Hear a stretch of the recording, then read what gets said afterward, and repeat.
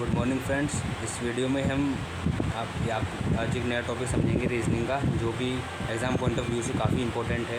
इसका नाम है ब्लड रिलेशन। एग्ज़ाम्स में इससे लगभग 2 से 3 क्वेश्चन आ जाते हैं। इस 15 मिनट के डेमो लेक्चर में हम सबसे पहले तो इसका कॉन्सेप्ट पढ़ेंगे, उसके बाद इसके एग्जांपल देखेंगे और उसके बाद कुछ क्वेश्चंस लाएंगे इसके। First of all let's understand the example concept. So our chapter is blood relation, and in this chapter we have basically 4 types of questions come in our exam.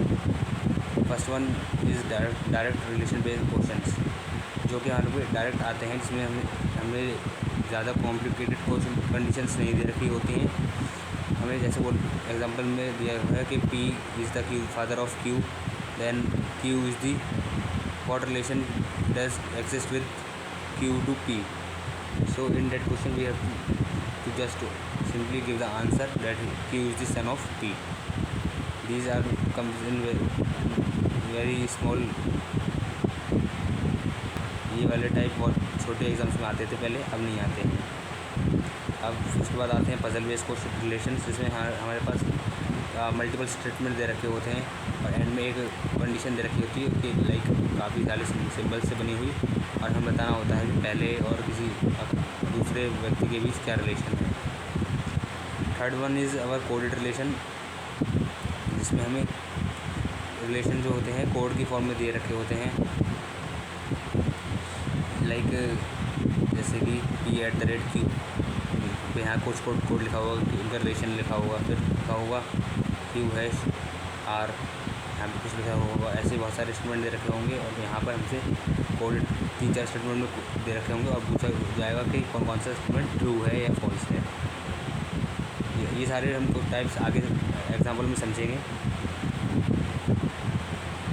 And इसके बाद आते हैं हमारे मिक्स्ड रिलेशन वाले question. ये काफ़ी complicated होते हैं, जो कि सिंपली एसएससी और रेलवे एग्ज़ाम में नहीं पूछे जाते हैं, ज़्यादातर बैंकिंग में पूछे जाते हैं। इसमें हमारे पास एक पहले 2 टाइप के क्वेश्चन होते हैं। पहला तो हमें कुछ व्यक्ति को रोज़ में अरेंज करना होता है, जैसे कंडीशन दे रखी होती हैं, और कंडीशंस में भी बेसिकली रिलेशंस दे रखे होते हैं ब्लड रिलेशन। लाइक अगर ए बी का भाई है तो और ये उसके सेकंड राइट हैंड बैठा है, उसके बाद फिर उसका कोई और ऐसा रिलेशन दे रखा होगा, जैसे कि इसकी अपनी चाची के साथ बैठा है तो यहाँ पर आंट होंगी इसकी, ऐसा। Let's see in this types in further example. So let's understand the basic concepts. So first of all the relation is father's और mother's son. Suppose this is you and question में देखा है father सन, तो father सन, आपके father का सन कौन होगा भाई? ये आपके फादर हैं, तो इनका सन आपका कौन लगा? भाई, ब्रदर लगा होगा, ठीक है। अब हम इसमें एक बेसिकली रूल मान के चलते हैं कि हम मेल को प्लस बना के लिखते हैं और फीमेल को नेगेटिव बना के लिखते हैं, जस्ट फॉर अंडरस्टैंडिंग पर्पस। आप उल्टा भी कर सकते हो अपनी सहूलियत के लिए, ठीक है। अगर आपको नेक्स्ट कंडीशन में दे रखा है मदर्स डॉटर या फादर्स डॉटर, तो अगर आपके फादर की डॉटर कौन हुई? आपकी सिस्टर, ऑब्वियस सी बात है, आपके फादर की डॉटर यानी आपकी सिस्टर हुई। नेक्स्ट इज़ फादर्स और मदर्स फादर। यदि फादर के फादर कौन हुए भाई? आपके ग्रैंडफादर, और मदर के फादर कौन हुए? आपके नाना। उनको भी इंग्लिश में मेटरनल ग्रैंडफादर बोल सकते हैं। फादर की साइड को बोलते हैं पेटर्नल और मदर की साइड को बोलते हैं maternal. I will use another colour. Maternal for mother side, paternal for father side, वो भी अंदर साइड। सन्स वाइफ, तो सन की अगर चलो मैं इसको रफ कर देता हूँ। सो अगर ये हो आपके सन की वाइफ कौन लगी भाई? आपकी डॉटर इन लॉ, बहू लगी। डॉटर्स हस्बैंड, बेटी का पति कौन लगा भाई? आपका दामाद लगा, सन इन लॉ, ओके। ब्रदर सन, आपके ब्रदर का बेटा आपका कौन लगा? आपका भतीजा लगा। नेफ्यू, नेफ्यू मतलब भतीजा, और नीस मतलब भांजी। ठीक है। हस्बैंड्स और वाइफ्स ब्रदर, लाइक अगर आपके वाइफ है, ये वाइफ का भाई आपको कौन लगा? आपका ब्रदर इन लॉ। और हस्बैंड्स सिस्टर, हस्बैंड की सिस्टर आपकी कौन लगी? अगर आप हस्बैंड की सिस्टर आपकी लगी सिस्टर इन लॉ, बोले तो हिंदी में बोले तो ननद। Okay, let's move to a question, like it is simple question. Basically हम सबसे पहले सिंपल से ही स्टार्ट करेंगे, उसके बाद कॉम्प्लेक्स टॉपिक्स पे लेके जाएंगे। सो इसमें बोला गया pointing to a boy Ravi said he is son of my grandfather only son. Like एक बॉय रवि है, उसने पॉइंटिंग टू अ बॉय, वो एक बॉय की तरफ पॉइंट कर रहा है और कह रहा है he is the sun of my grandfathers only son. Like इसके ग्रैंडफादर कौन होंगे भाई? रवि के, इसके पहले तो इसके फादर के फादर, इसके ग्रैंडफादर। ठीक, is the sun of my grandfather only, grandfather के ओनली सन यानी इसके father, sun of my grandfather only सन। एक और बार पढ़ते हैं कंडीशन को। सो तो ये रवि एक किसी दूसरे व्यक्ति की तरफ पॉइंट करके बोल रहा है कि ये उनका इसके ग्रैंडफादर के इकलौती बेटे का बेटा है। वो कौन लगा?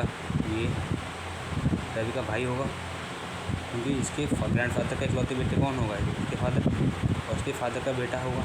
तो वो रवि, एक तो रवि है, तो दूसरा व्यक्ति कौन होगा? फिर इसका भाई ही होगा। ठीक है, तो आंसर आ गया इसका ब्रदर। आपको ऐसे ही बनाना है डायग्राम, आप नोट कर लीजिए। मैंने मेल प्लस में लिखा है और फीमेल को नेगेटिव में लिखूँगा। चलिए दूसरा क्वेश्चन देखते हैं। Pointing to a girl Sita said she is the daughter of my mother's only son. Like इसको भी एक डायग्राम बना लेते हैं। सीता मन, सपोज ये सीता है, वो एक गर्ल की तरफ पॉइंट कर ली, ये एक गर्ल है। ठीक है, इसने कहा she is the daughter of my mother's only son. Like इसकी मदर ये है, मदर का, इसकी मदर का ऑनलाइन ये सीता है, ये गर्ल है। इसकी मदर का ओनली सन कौन होगा? भाई, इसका भाई होगा। सन को हमने प्लस में लिख दिया। सही, she is the daughter of my mother's only son. So mother's only son का की डॉटर, यानी इसकी बेटी है ये चीज़ जो है इसकी बेटी है। तो अब इसका इससे क्या संबंध हुआ? भाई की बेटी कौन लगी? भतीजी लगी, नीस। ओके, अगर आपको समझ में आ रहे हैं तो कमेंट करिए। चलिए लास्ट क्वेश्चन देखते हैं।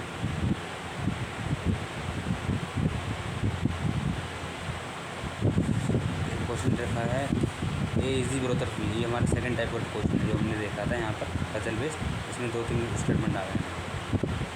A is the brother of B, like A is the brother of B, तो ये भाई है, तो ए को प्लस है। बी का जेंडर हमें पता नहीं है, बी मेल भी हो सकता है, फीमेल भी हो सकता है। C is the mother of B, C B की मदर है, तो यानी एक ही मदर होगी C. D is the father of C, D C के फादर हैं।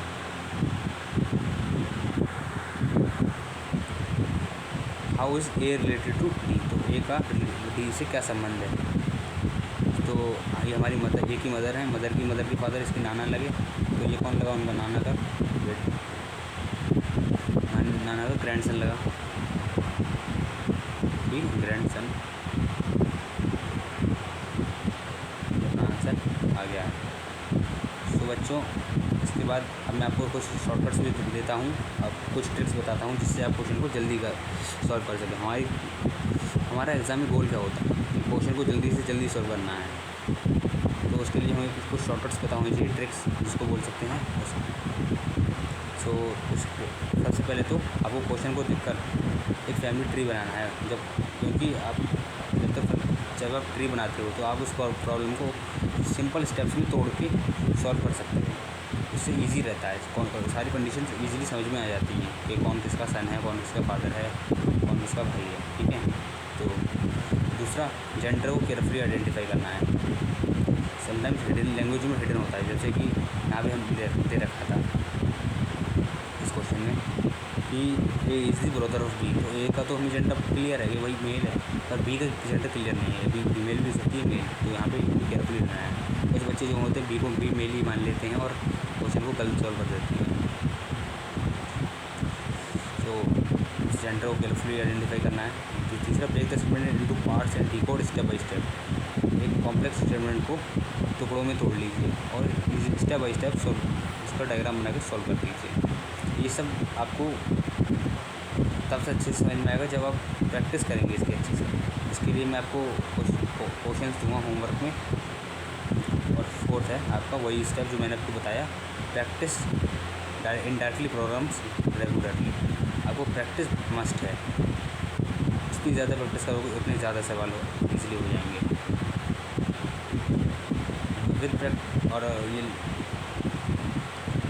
और प्रैक्टिस के साथ आपकी ये क्वेश्चन सॉल्व करने की प्रॉब्लम इजीली सॉल्व हो जाएगी। और इस मोस्टली इसके बेसिकली क्वेश्चंस को आप 1 मिनट से कम में भी सॉल्व कर सकते हो अगर आपकी प्रैक्टिस अच्छी है। तो होप सो आपको वीडियो अच्छी लगी होगी।